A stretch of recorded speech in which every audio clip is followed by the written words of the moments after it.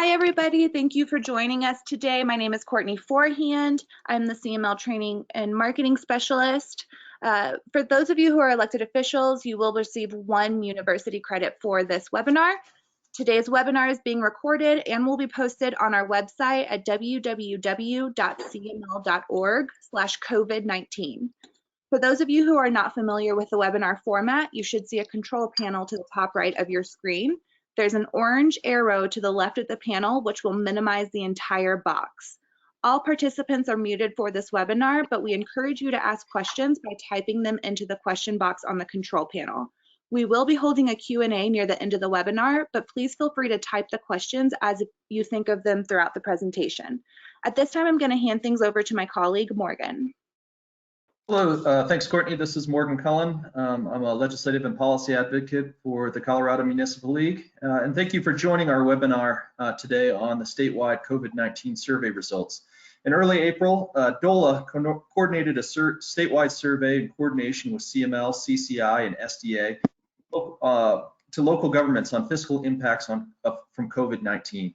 Also, the Economic Development Council of Colorado and Downtown Colorado Incorporated also conducted statewide surveys to assess impacts experienced by the private sector from the pandemic to help provide guidance to localities and help deploy funding campaigns in all 4 corners of the state. This webinar will highlight the key findings of these important surveys, including the similarities and differences in responses from counties, municipalities, and special districts. This webinar will also underscore the major impacts and challenges faced by the local business community and what local governments can do to help support them during this challenging time. Joining us today, we have faculty members from each of these organizations to help present their results and underlying analysis. First, we have Cynthia Thayer, Program Manager of Local Government Services at DOLA, providing their survey results. Followed by her, we will have Tim Woodsworth, who's the Operations Director at the Economic Development Council of Colorado. And then followed up, we'll have 4 faculty members providing DCI's analysis. First, a brief introduction from their Executive Director, Catherine Carell. Then we'll be hearing from Michele Kobayashi of the National Research Center, and she'll be providing the statewide survey results. Followed by Susan Edmondson, President and CEO of Downtown Colorado Springs Partnership. And then finally, Steve Art, who's the DCI President.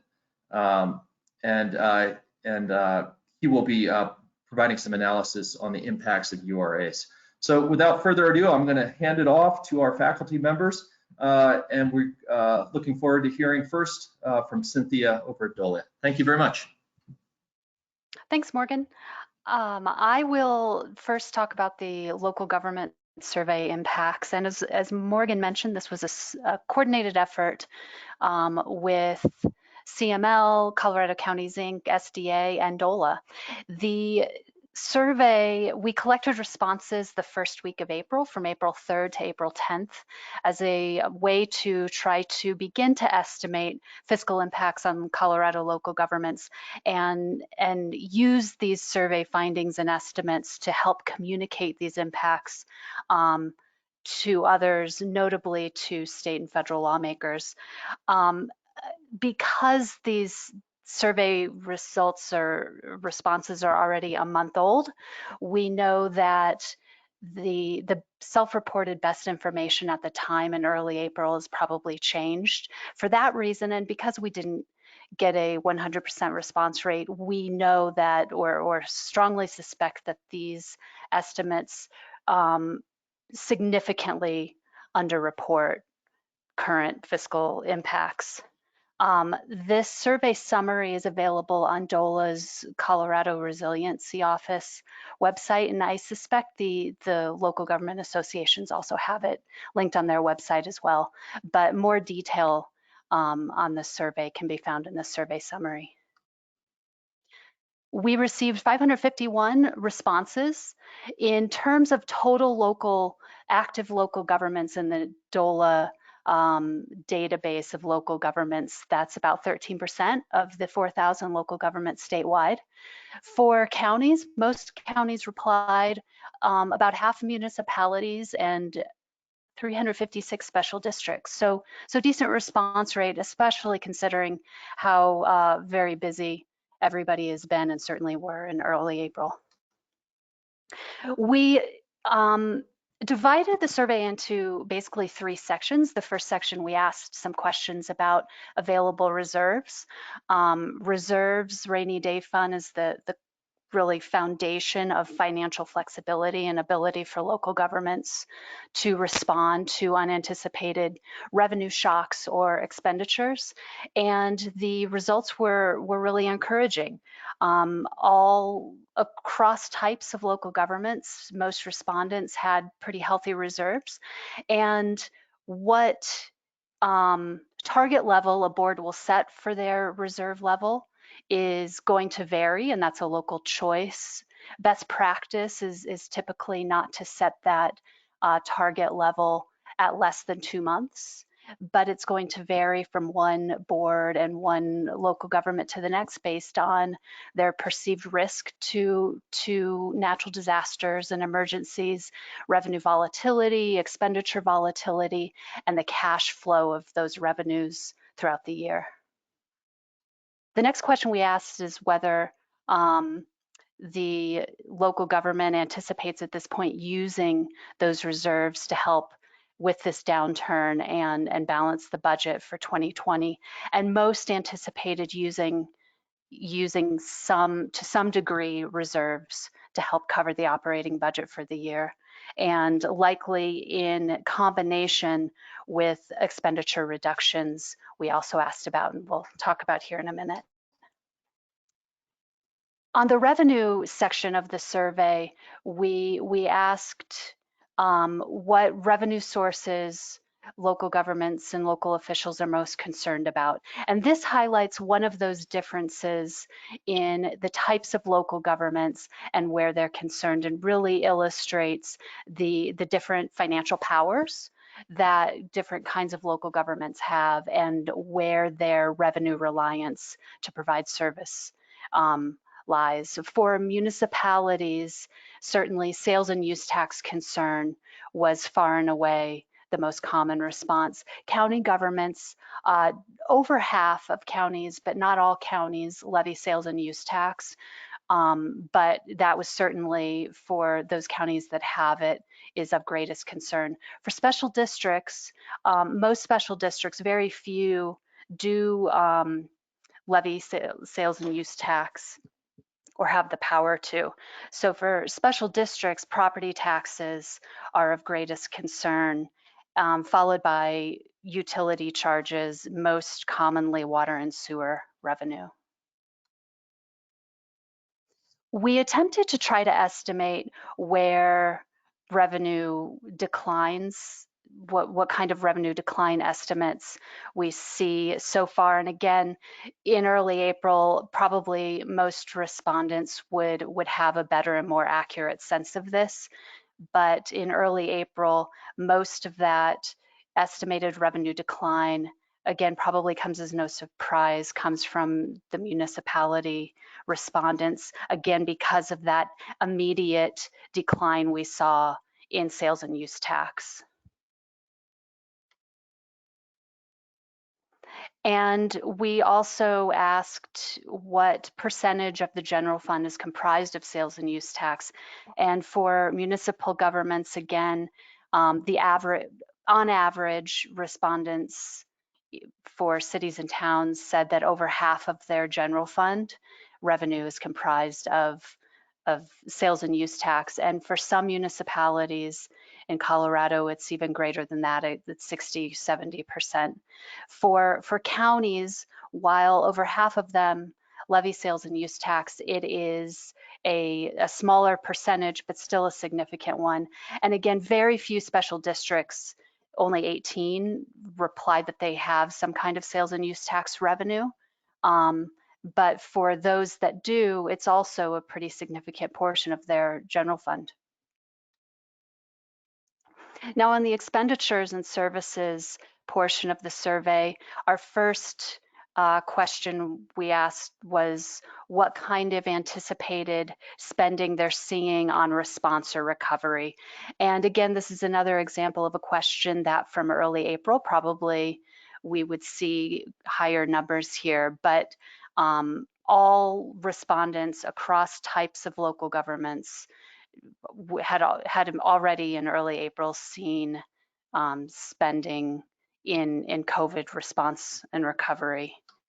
And the types of expenditures, the most common response was they had seen or anticipate seeing staff sick leave and administrative leave. And then a lot of significant expenditures, I think, in technology and equipment as we all transition to a work from home model that most local governments didn't have. And then depending on the kind of local government, the medical and pandemic response expenditures, certainly for counties, municipalities, and the handful of health service or hospital districts that replied have seen significant expenditures in those as well. And then most respondents anticipate some sort of staff overtime if they haven't seen it already. For budget balancing, again, along with the strategy to potentially use rainy day fund, reduction in expenditures and services were the next questions we asked, and what budget strategies they have immediately implemented to try to address that loss in revenue. And this is a very common immediate strategy. Delay of capital projects was the most common response, followed by just a generic reduction in expenses and delay in equipment purchases. Hiring freezes and other personnel reductions were also common. Current strategies have not anticipated. For the kinds of services local governments anticipated reducing, some of this is going to vary depending on the type of local government, but across all kinds of local governments, again, the reduction in or delay in capital projects was the most common response. And then I don't think this is very surprising, again, because it was in early April and a lot of boards hadn't necessarily met and grappled with the current budget yet when the survey was open. But unknown was the second most common response at the time, followed by just general government reductions and then Parks and Rec and Public Works.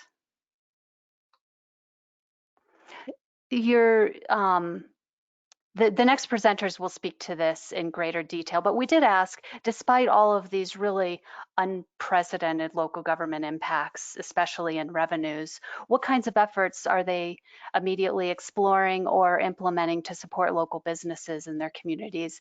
And the most common reply involved waiving late fees and penalties, and we left it generic, so this probably includes both user charges and taxes. And then the none category, I think, also doesn't necessarily speak to no interest in helping local governments, but again, the wide variety of the kinds of local government respondents. Certain special districts that don't have an economic development or general government kind of role would probably appropriately reply none. But also, I think, again, just how early in April, I think probably some respondents and their boards have considered some strategies that they hadn't yet in early April. But then marketing support and webinars and communication of various state and federal funding available were common responses too that local governments are exploring. And support to residents. Most of those that did reply that they have some kind of effort around supporting of residents had most to do with water and sewer utility charges, suspending shutoffs and resolutions and ordinances around that, or waiving late fees or offering payment plans to support struggling residents. And that concludes my, my summary.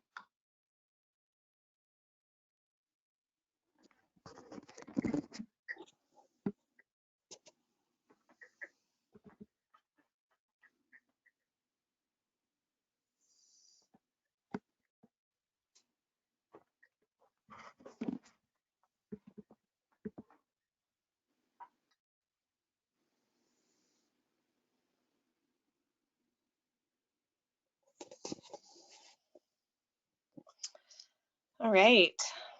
Hi, everybody. My name is Kim Woodworth, and I am the Operations Director for the Economic Development Council of Colorado. I want to start by mentioning that I am so impressed and pleased to see the level of coordination and collaboration that is happening across our sectors or organizations, state and federal, and to our neighbors. It has been quite humbling to see the humanity at its best in this crisis. Sad that it had to come to this, but hopefully that we have seen new forged relationships and collaborations that can continue well into the future. Morgan asked me to present today a recent survey that EDCC had conducted. This survey came from the need of our municipalities and counties to act quickly, essentially trying to stop that bleeding of our small businesses during this initial onslaught of closures due to the pandemic. FEMA and other federal agencies, although set up to respond to disasters, takes a lot of time to get organized in the wake of a disaster and are unable to provide immediate support. It is critical that localities and economic development organizations develop their own capacity to respond to and recover from a disaster. Also, traditional loans are considered high risk for small business financing in the immediate aftermath of a disaster. Small businesses need access to gap and bridge financing, as well as low interest, flexible terms, and/or forgivable loans, particularly during risky economic times. Action steps begin with identifying sources of capital that can be made available immediately after a disaster. That can come from local financial institutions like banks, credit unions, or CDFIs, foundation, or other private organizations. Then it progresses to state and federal programs like our SBA, EDA, USDA, and HUD. We then consider establishing the revolving loan funds, bridge loan programs, or business grant programs to help serve businesses that cannot access traditional sources of financing. Go ahead and take us to the next slide. So we had questioned, we had about 40 respondents, representing 40 different municipalities and our counties. Over 80% were looking into local financial assistance programs to relieve the immediate pressure and placed on the small to medium-sized businesses. Go ahead to the next slide. And to the next slide. A range of options have either been carried out or are being considered. And this, again, this survey did go out about the same time as DOLA's. It was at the beginning, or really the last week of March, 1st of April, where we were responding to this, to the questionnaire. And so we have seen several more municipalities come up with more programs to help. But through the range of options, there everything from tax deferments to grants to bridge loans, utilizing CDBG funds. Go ahead to the next slide. To some more creative options like payment plans, marketing assistance, to free parking in downtown to get local takeout. Next slide. We asked how they would fund some of these programs, which you can see by this graph that there was a wide range of funding capabilities and options. Some municipalities had a small surplus in their general fund that aided in their efforts to do some more in their efforts. Some did not, so they needed to look elsewhere for that funding. Broomfield, for instance, had a budget line item specifically dedicated to redevelopment opportunities in which they were able to repurpose for a situation like a grant. Next slide, please.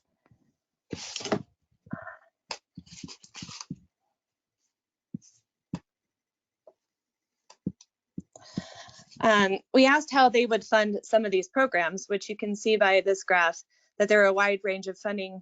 I'm so sorry, guys. I'm lost in my notes. I do apologize.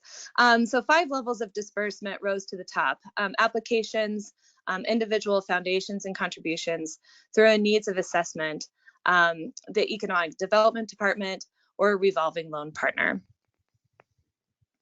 Next slide. Most of the amounts considered were in the $10,000 to $25,000 range. Next slide. Terms were mostly short-term, but most comments came back that they hadn't even considered the length of the loans yet. Next slide. Budgets for these programs were mostly between $50,000 to $200,000. That's next slide. Industries that were most impacted and mentioned were these 5, but that does not mean that these were the only ones in the industry that were hurt. It's just that at that time, that was the most immediate. Next slide. Qualifications ranged from monies used for employee retention. Businesses who have made efforts in community engagement may have priority. Businesses with 50 or fewer employees and must be headquartered in Colorado were mentioned. Next slide. We asked what other creative and impactful solutions that they may have enacted. For the sake of time, I will just mention a few. We are seeing a number of local and regional task forces being coordinated to respond, Eat Out at Home campaigns, no punitive actions for unpaid utility bills or rent or mortgage, creating a loan program with the Accelerator and Community Foundation. And at the time, Grand Junction was looking at an opportunity to hire the recent unemployed for 90 days at the city. They had since reenacted that. You can find this survey on our COVID-19 resource page that we created to help economic development stakeholders with resources and information and case studies that can help with swift, actionable decision-making during this time. And that's all we have.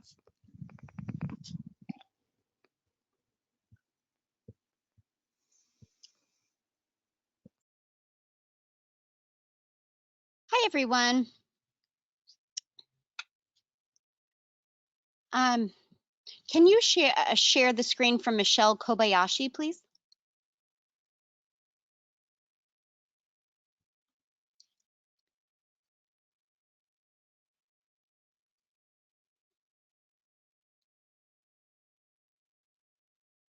Great. This is Catherine Carell, and I'm the Executive Director of Downtown Colorado, Inc. We're very happy to be here today.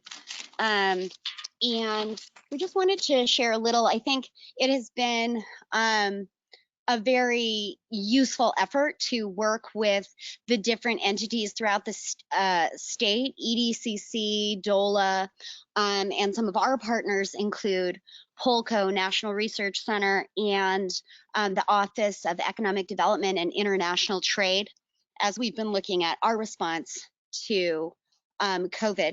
As many of you may be aware, Downtown Colorado, Inc. represents the commercial districts, downtowns, and town centers across our state. And our members are very much local governments, but also business improvement districts, downtown development authorities, urban renewal authorities, chambers of commerce, economic development groups. And so we are sort of the frontline economic responders in this instance where our small businesses are really under so much pressure, and we are looking at these changes. So I wanted to go over quickly, next slide, please. I just wanted to say, first of all, happy Cinco de Mayo, and to highlight that our members are very much the places. And so the idea of social isolation is hitting these groups particularly hard. And the district managers, if we're lucky enough to have them, are very much in that tight place between reopening and safety and kind of dealing with a lot of the pressures that I'm sure our local governments and elected officials are facing in terms of finding that balance and dealing with the different groups that are kind of looking at how can we open versus our safety out there. Next slide, please.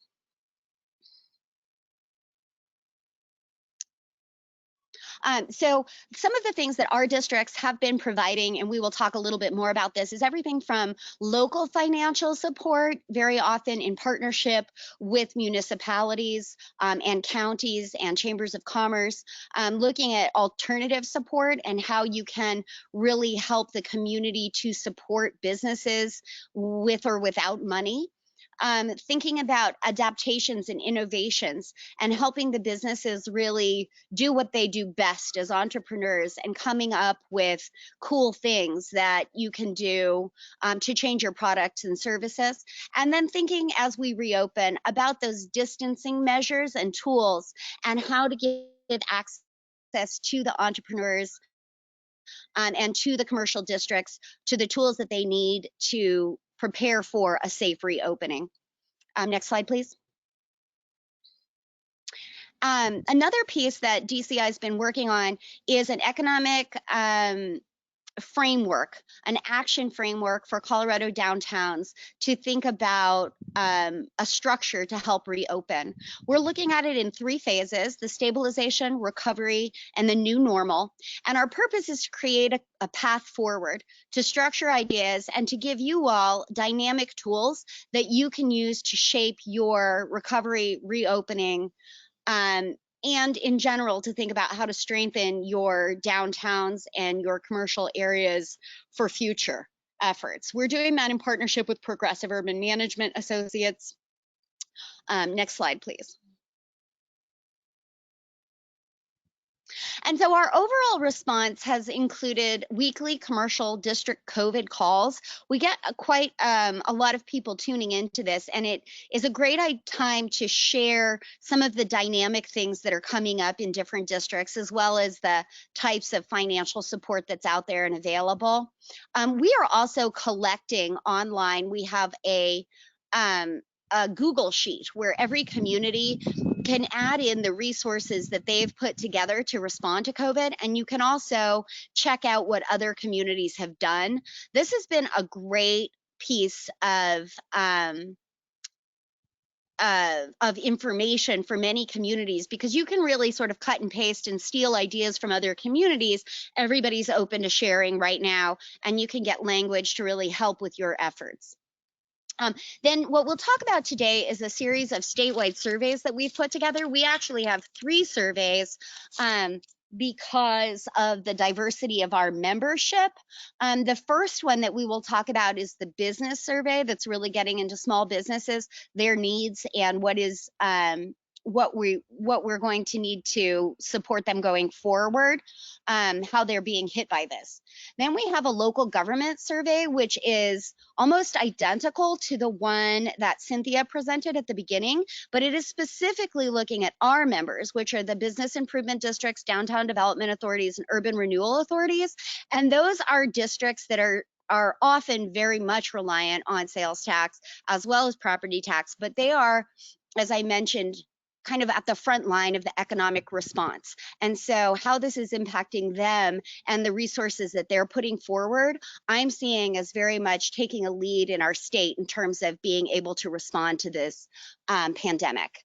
And then we have a nonprofit business support organization survey that's looking at the chambers and the economic development corporations. These groups are often funded completely by membership from businesses and events that bring foot traffic to the communities. So in communities that do not have a BID, a DDA, or a URA, or a designated commercial district manager, the chambers and the EDCs are often taking the lead as the first tier responder on the economic front.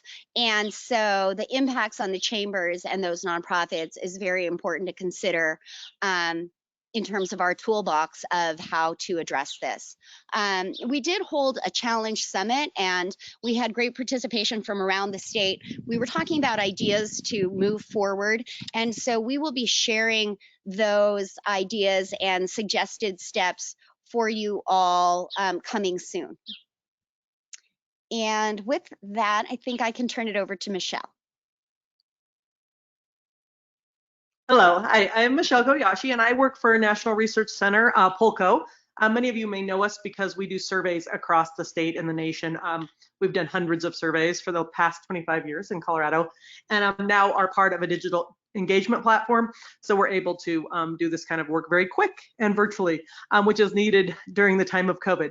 I have 3 surveys I need to talk about today and not very much time. So I'm going to give you more of the highlights. We will have reports on all of these later this week or the following week, so you can see more data because we've asked a lot of questions. But this is hot off the press. We just closed the surveys at the end of last week, so even making graphs at 3 a.m. last night trying to get this ready. So again, kind of a quick dip into our survey results, but just wanted to let you know what we're up to and what we're finding. And now, there we go. So Catherine talked about the different surveys, so I won't go into each of them deeply, except to know the survey businesses, which I'll present first. We have about almost 2,400 completes, and that was a partnership with Downtown Colorado Inc. and also the state's Office of Economic Development. We put that out to survey businesses across the state. Polis tweeted it out, folks like that. So I got a lot of folks turning those surveys back in.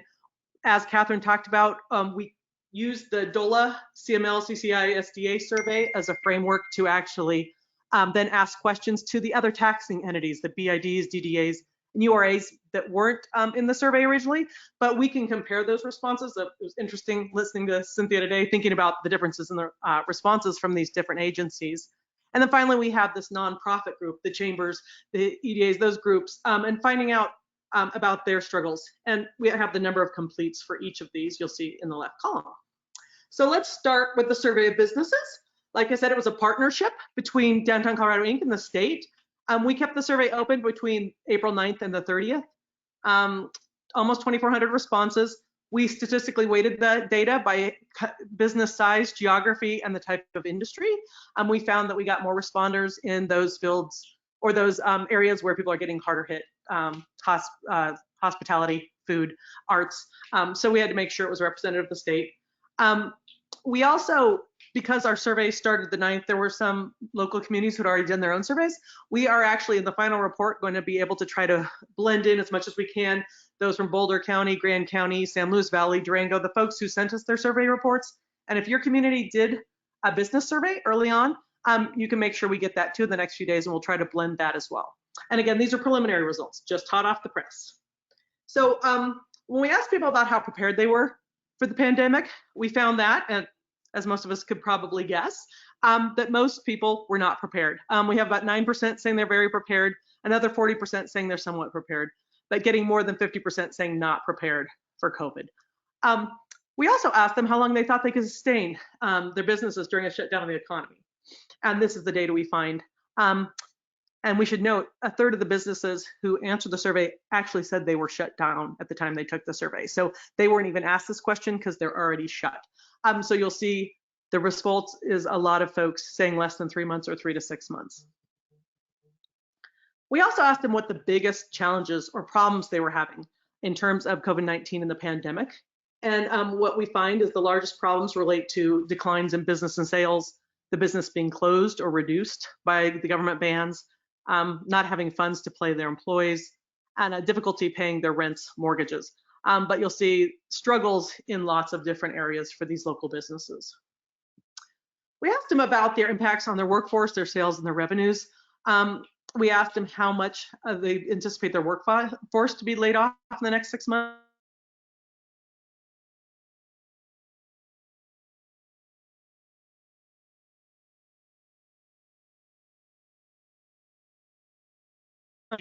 Over half planned no reduction, but quite a few of the companies were planning reductions.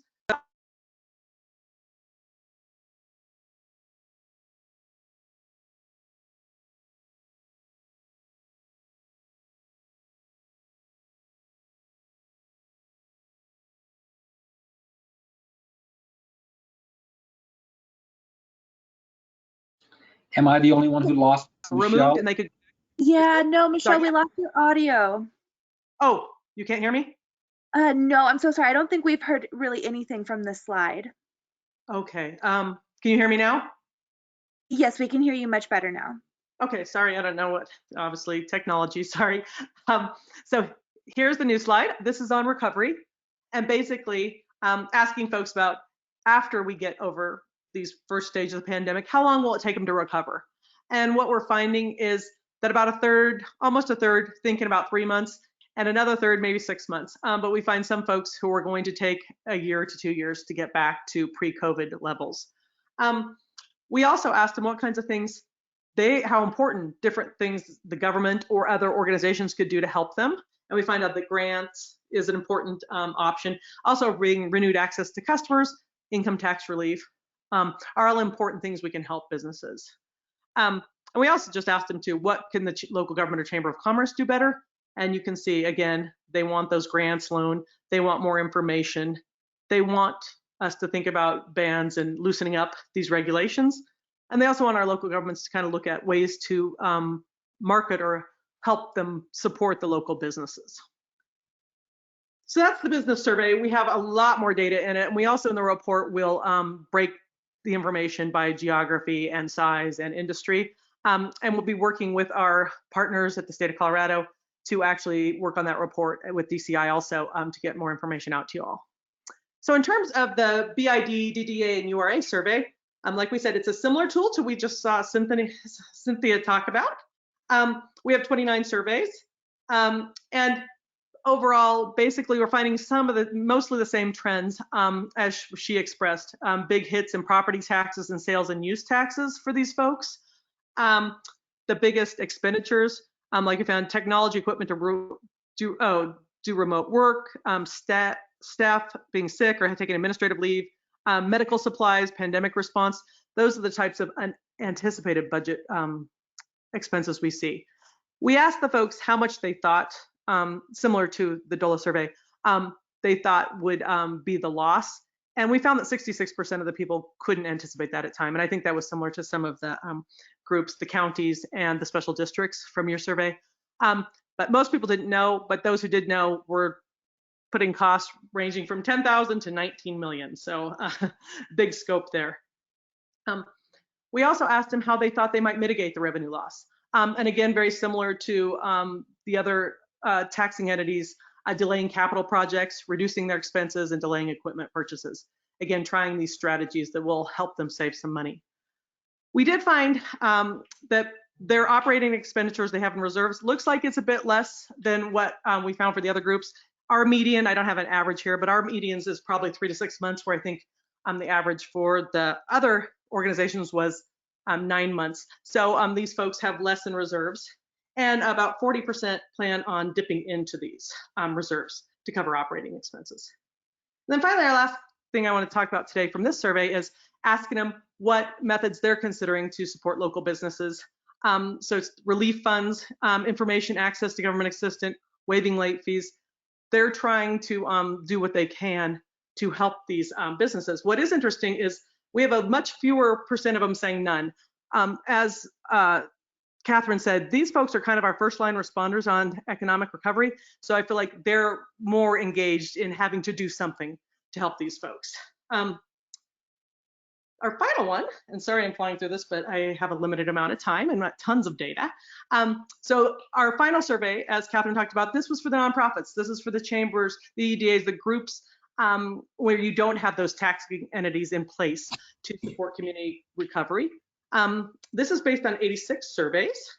And when we talk about impacts on the business community, we actually treated these folks. So some of the questions do align with the taxing entity surveys, but we also have other surveys that we actually align with a survey that we did for the National League of Cities, and talking to folks more about impacts on their communities as well as some other types of issues.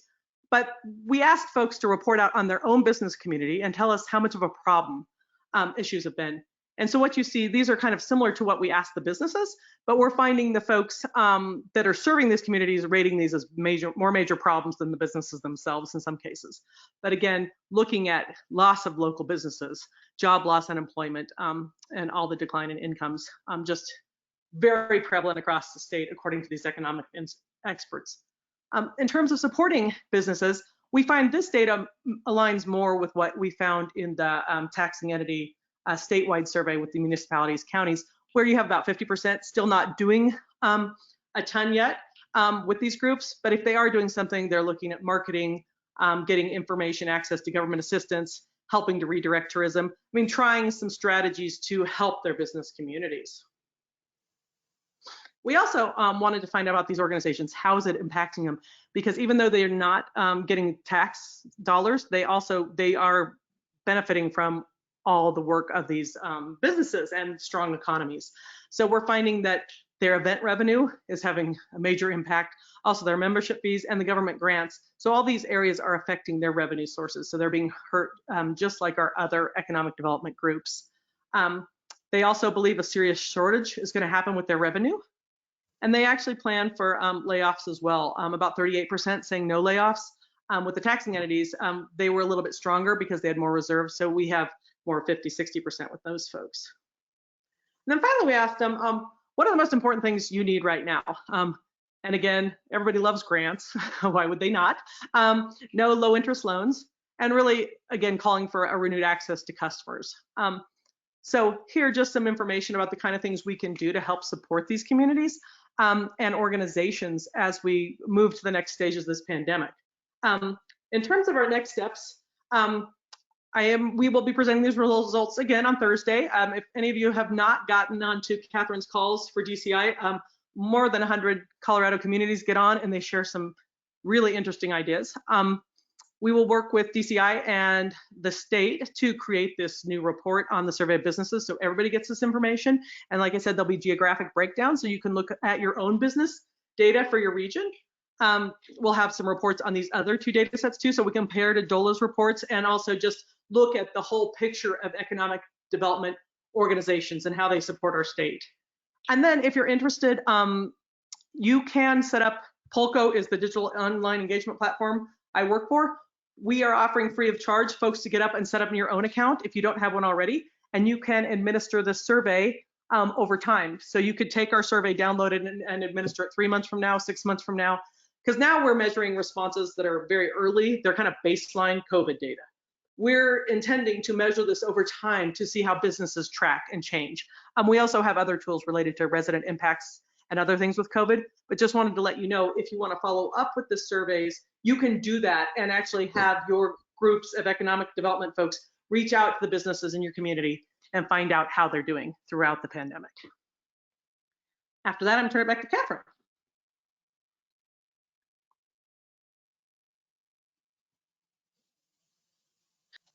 Actually, we can turn it right over to Susan Edmondson. Thank you, Michelle, for that presentation. Great. Thank you, Catherine. Susan. Yes. Thank you, Catherine. Thank you, Michelle, very much. That was a lot of information in a quick amount of time. Hi, I'm Susan Edmondson. I am CEO of the Downtown Partnership of Colorado Springs. We're an organization with 2 nonprofits and then also a business improvement district and a downtown development authority. In this time, I will say with a bid in a DDA, because we are more reliant on property taxes, that has kept us relatively stable in the short term, and thus with some of that stability being able to respond quickly to many of the needs. I do think bids and DDAs are somewhat uniquely positioned to be kind of on the local front lines with a lot of direct service to our businesses. In Colorado Springs, we have the largest concentration of locally owned restaurants in all of Southern Colorado. And 90% of our street level businesses are locally owned and operated. So of course, working most closely with the businesses that have been most impacted. So a few things we've been able to do in this situation through our DDA, we did provide a grant fund for storefront businesses specifically, expecting that to be finalized in dollars going out next week, about $670,000. And that was something we were able to do rather quickly. primarily using actually some tax increment finance funds through our DDA, as well as some other sources. I think also on the local advocacy side of things, working closely with our city government on everything from parking relief for curbside takeout. And I think more and more what you'll start seeing in terms of some of that advocacy is related to everything from liquor licensing issues to how we reuse public space in order for businesses to, and particularly restaurants, to do business in the outdoors will become incredibly important into the future, and needing some minor regulatory changes and changes in order to help businesses use public space better, as well as for public health reasons as well. The ability to sort of leverage other funds, partnering with philanthropy. We were able to turn a $1,000 grant into $20,000 in sales in one night for our first Friday art walks. And that was a month ago when businesses weren't even open. So to help them turn over 20,000 in sales when they couldn't even open their doors was a great opportunity and a innovation. I think also, again, the closeness of the relationships we have with businesses when we're with bids and DDAs, we know folks personally. So the technical assistance side of everything from connecting businesses, community banks. We know there were a lot of challenges with the PPP, and many of our small businesses were banked with the large banks and were not getting their PPPs. And so directly connecting them, I think that might be something a little different than perhaps what municipal governments can do, because we are able to kind of have those personal relationships and make those connections, as well as technical support, like helping businesses to begin providing online sales portals and things that they have not operated in the past in their business models, and helping them to move quickly. Certainly marketing is ongoing as a bid and continues to be important. And so a lot of efforts in that area. And then I'll kind of wrap up by saying as well that, again, because of the closeness with our businesses, our access to data has been really helpful. And in particular with launching this grant fund, part of the application process included businesses providing a P&L and balance sheet. So having that extra information of how our businesses are doing and really starting to understand what we always knew were the very thin margins for small business has given us a lot of information that's going to help us to help them into the future, because we know this is still the early phase of all of this, and we have months and really, a handful of years ahead of getting out of this challenge. But I think bids and DDAs are really uniquely suited because of their kind of boots on the ground situation in order to be able to help small businesses. So I was given, I think, about 2 minutes. So that's just a quick sharing of some of the things we've been up to by leveraging our bid and our DDA in Colorado Springs. And I think with that, I am turning it over to Steve. Thank you very much. Yes, hi, welcome. Thanks for being here today on this. This has been a very informative phone call. Glad you're there. Let's see, I gotta click show my screen there. I'm imagining I'm on video or not, but so today I'm going to talk about the impact of all of this on urban renewal authorities, DDAs, BIDs throughout the state, and understanding that it not only changes daily, but sometimes it changes by the hour of what we're doing in there. We also have to concern ourselves with rural versus urban going on the phone call.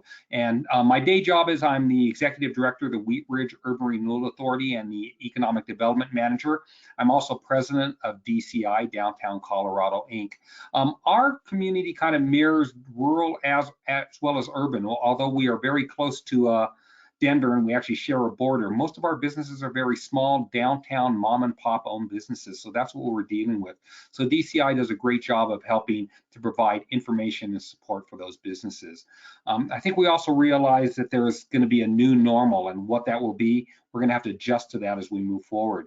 And DCI is on the ground floor to implement new project areas to assist urban renewal areas, DDAs, and BIDs. And we do this because it's the mission of the organization.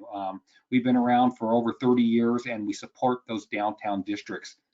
It's been mentioned a couple of times about our weekly phone webinars that support the DDAs, the bids, and the urban renewal authorities. I encourage you to join us. Your probably question is, I'm not a member of DCI, can I still join? And the answer is yes. You do not have to be a member, although we'd love for you to join our organization. You don't have to be a member to join us. The surveys that went out are fantastic, and we continue to use those to help improve our services. We also perform statewide trainings. We have one coming up in June. We're settling on the date. We think it's going to be the 10th right now, and that'll be a statewide training for urban renewal authorities. So if you're out there and you have new board members or you're forming new plan areas, we want to come out there and do some training for your board members as well as your staff. And then we encourage you to look at our DCI website for our events that go on. We have a link. We have events that are continually changing. We're continually adding to those events, and we encourage you to go on our website to look at this.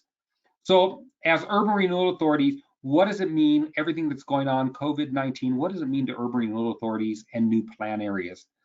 And all I can say is we have a bunch of we don't knows at this time. A lot of it's going to depend on the time and the impact that it has on our businesses.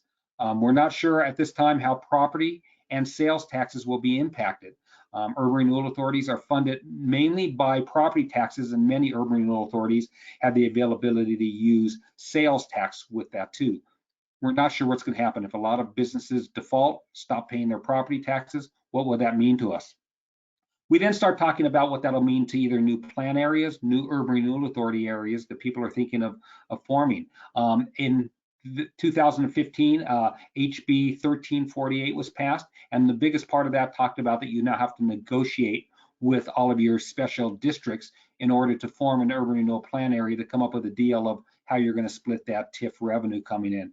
We're not sure how this is going to affect those special districts also. So what will those negotiations look like?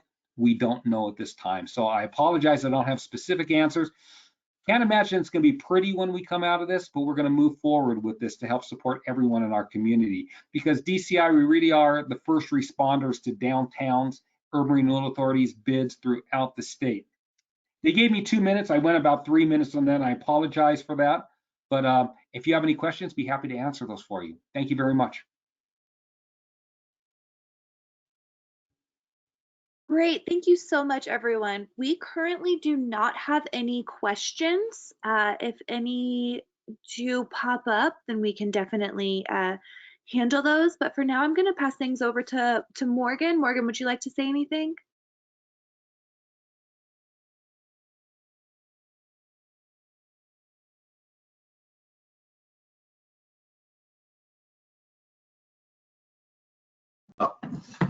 Thank you, Courtney. And I'd like to just first of all, just thank all of our faculty today for your participation. Just having all of this valuable information presented and archived in a consolidated format will be extremely helpful to local governments all across the state. And we CMO really appreciates your continued partnership. For our audience, we are really happy to have such broad participation across the state and so many of you joining us on this webinar today. And just for your information, this webinar will be posted on our website, so you will have access to it, and we encourage you to send it around to your colleagues at your various municipalities and counties and special districts in Colorado.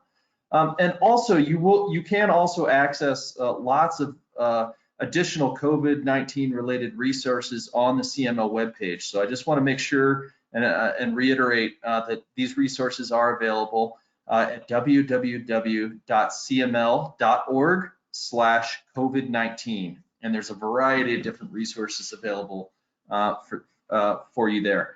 So with that, I'll hand it back to Courtney and see if we have any additional questions from the audience for our faculty members. Thank you so much for joining us today. Thanks, Morgan. It looks like we do have a hand raised from Gerald. I've unmuted you if you'd like to ask that question. Gerald Barber? No, I'm fine. They answered it. Thank you. Oh, great. Okay. And so next is Karina. I'm going to go ahead and unmute Karina. Would you like to ask your question? Thank you. Yes, this is Karina Elrod. I'm on City Council for Littleton. So thank you for the presentation. I have two related questions regarding the grants. So I think this was the initial survey of municipalities, perhaps. But there was a statement that the budgets allotted towards grants was between $50,000 and $200,000. And then the individual grant amounts range from 10 to 25,000. So that just seems like the money won't go very far, and it's just a greater amount of money to maybe a smaller population. So if someone can reconcile maybe what I heard there. And then the second part of the question is, we did do a local business grant, and we, the businesses were very appreciative of it, but we had to shut it down within 24 hours because we got more requests than we could support. And I think that is the case across many communities. If we were to pursue this as a second phase, what we really want to ensure is that we put the right parameters around the criteria that ensures the investment that the city is making to those small businesses are truly is an investment. The small businesses will succeed, but more importantly, will thrive much more so than just getting back to normal. So it's, yes, we have to get back to normal, but how do we make an investment that maybe now makes us even stronger than when we started?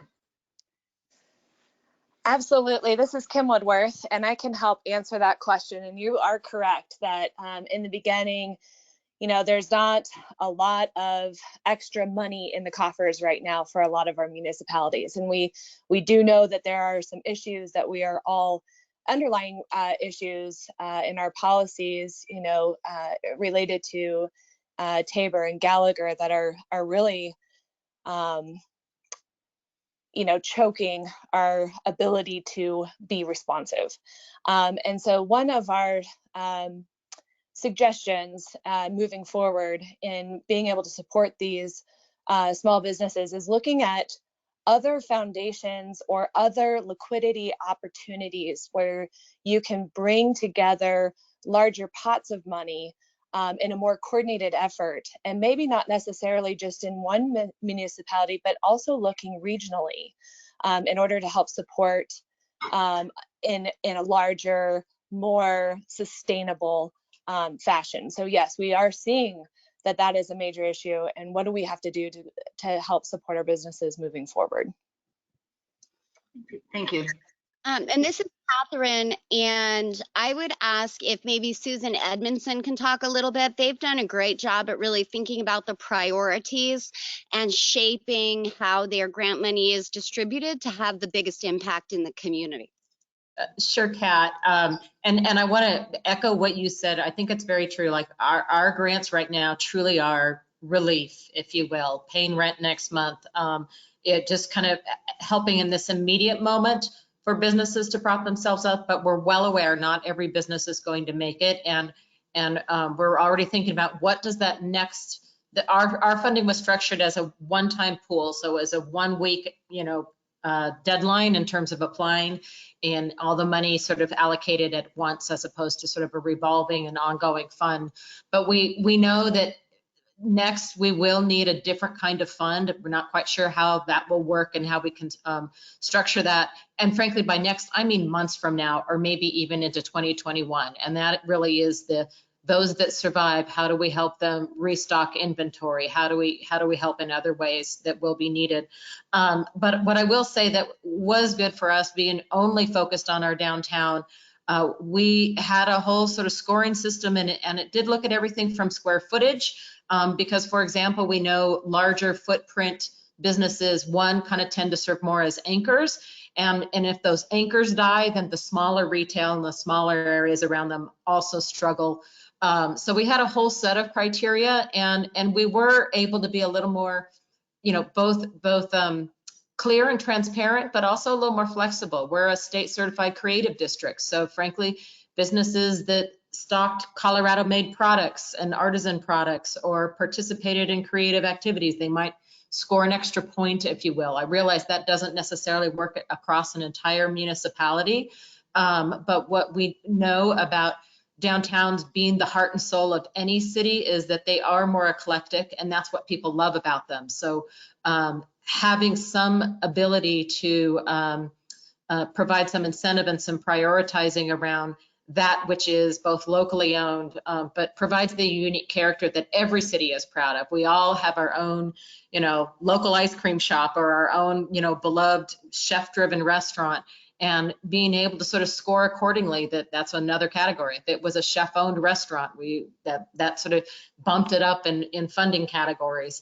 So it was both very, very scientific in terms of looking at financial health and revenue and square footage and very firm criteria, but also having a little bit of nudge, if you will, for retaining that individual character that we all love in our cities, no matter how large or small across Colorado.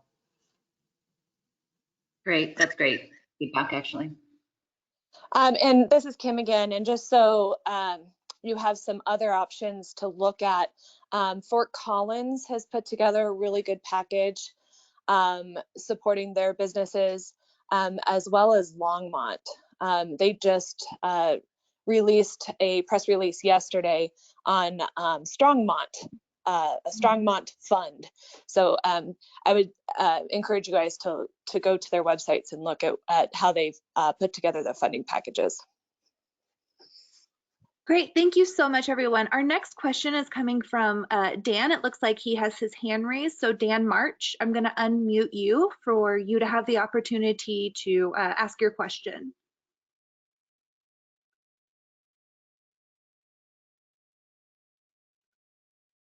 Yes. Okay, there I am. There you are. Can you hear me now? Loud and clear. Okay. I have a question. I don't know that it's applicable necessarily, but the grant monies and so forth that may be available out there for the smaller municipalities, are the sizes of the municipalities or the population of the municipalities, are those being considered for any of these, or is that not applicable to this?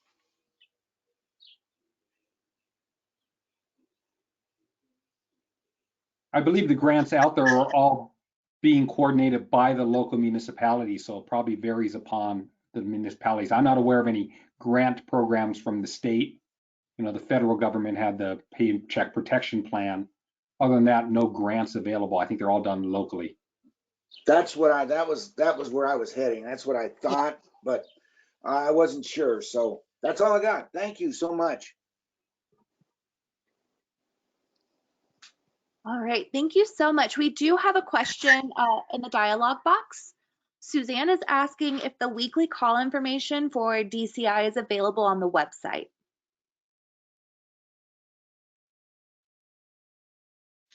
Yes, it is available on our website. It's on our events page, and you just click to RSVP.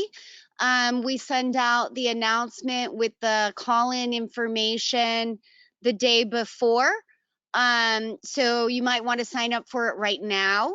And we can take up to, I think, 1,000 people. So it's open to everyone and absolutely free of charge.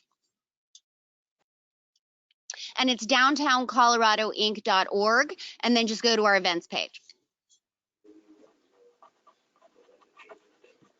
Great, thank you so much. So it seems like those are all the questions and all the hand raising that we have for today's webinar.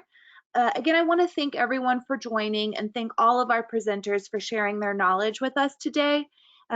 This webinar was recorded, so it will be posted on our website. Again, to repeat what Morgan said earlier, it's going to be www.cml.org/COVID-19. If you have any issues, you're more than welcome to contact me. This concludes our webinar for the day. Thank you everyone for attending, and I hope you all have a wonderful afternoon. Thank you, CML.